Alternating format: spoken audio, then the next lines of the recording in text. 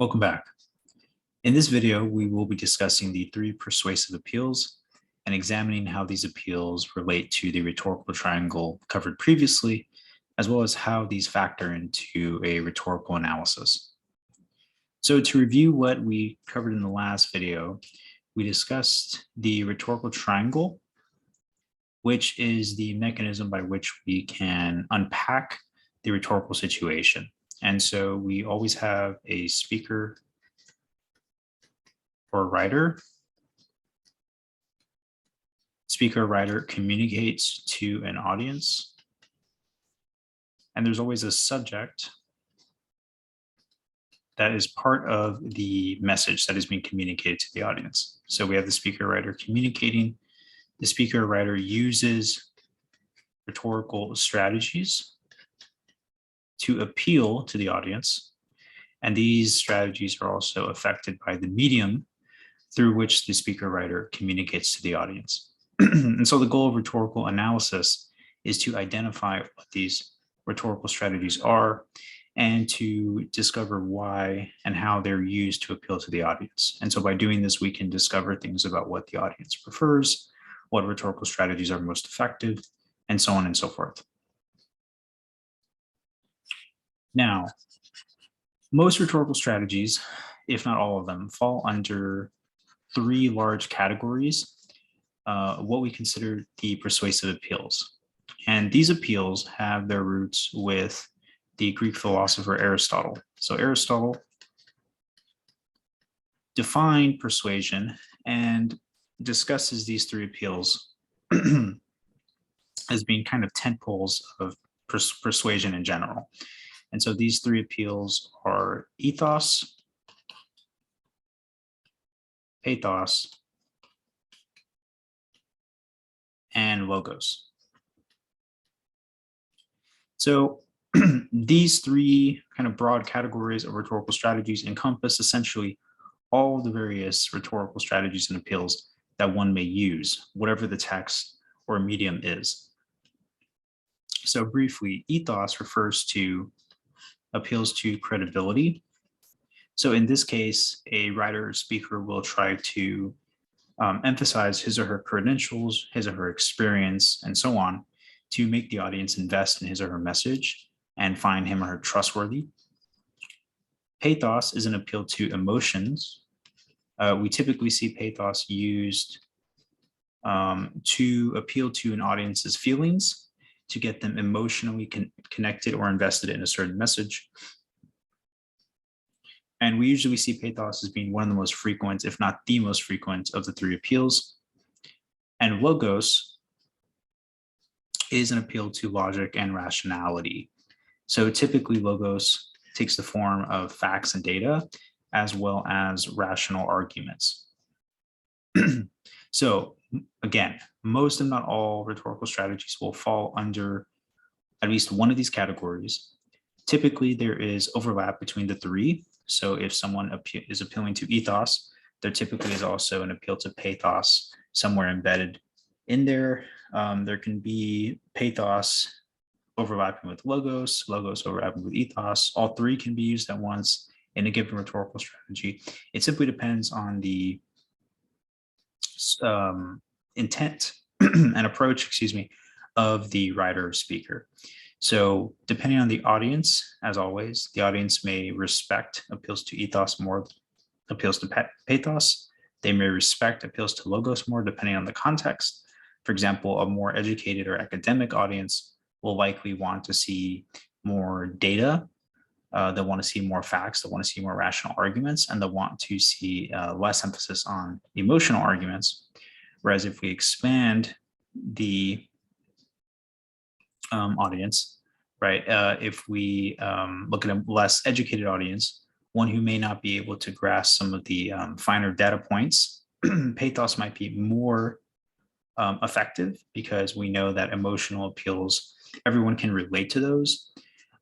If we're talking about a controversial subject, for example, we may want to rely on emotional appeals, as that will tend to either be more effective, right? They tend to get that knee-jerk reaction. Now, generally in ELA, just as a side note, We don't like to condone kind of reckless use of pathos. I personally would always emphasize erring on the side of data-driven appeals. So I would always recommend using logos, right? You want to verify, use quantifiable information as opposed to something that is more qualitative and subjective. But pathos nonetheless exists, right? Sometimes it is the only way to make headway in an argument or in a persuasive approach when the facts, for example, however convincing, are simply not accepted. Now, these three appeals do correlate somewhat with the rhetorical triangle that we covered previously. And so this is and also a good strategy for remembering them. So the rhetorical triangle, again, has three components. We have the speaker or writer, we have the audience, and then we have the subject. And so correlated with these, we have ethos, which is, again, an appeal to the credibility of the speaker or writer. We have pathos, which is an appeal to the emotions of the audience. And then we have logos, which is a appeal to logic, data, and rationality.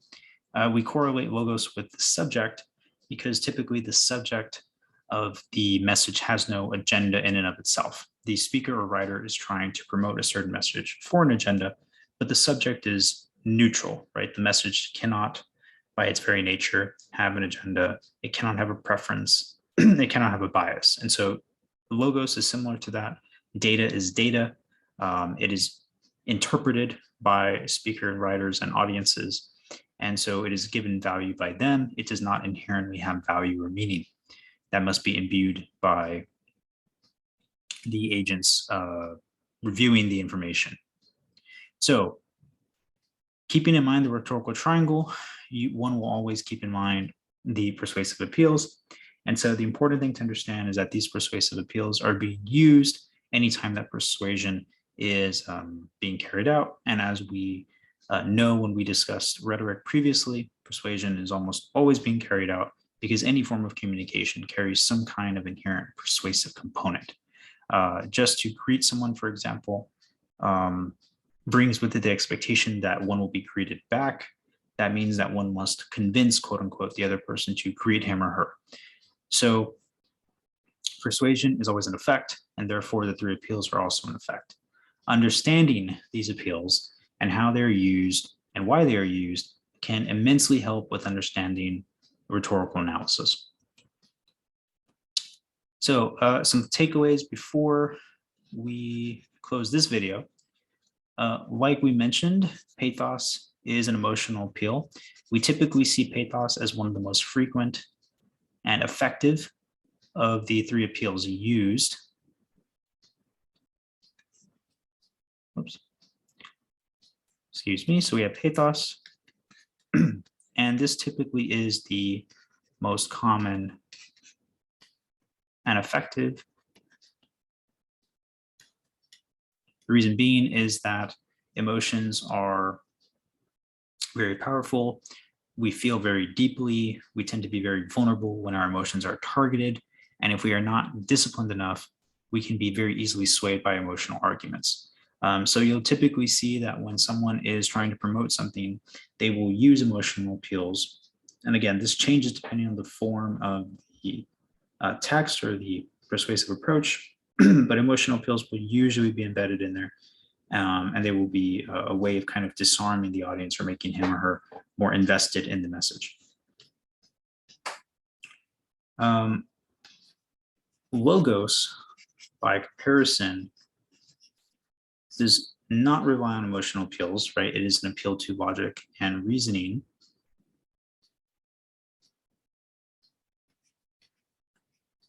And we typically see that this is the least frequent, least common,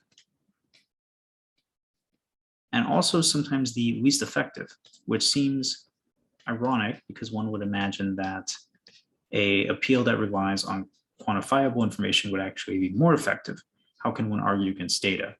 But as we know, humans are emotional beings. They will more than likely react to emotional appeals. They will react to emotional evidence, and they will sometimes take longer to process or act on logic or rational data-driven information. So logos, despite being probably the most powerful form in one sense, in an objective sense of evidence, is usually the least effective depending on the audience and depending on the context in which the persuasion is occurring.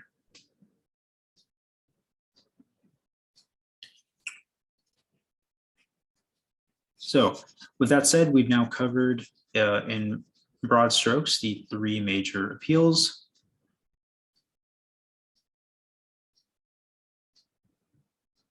We know that these are pathos, appeal to emotion, ethos, appeal to credibility, and logos, appeal to logic.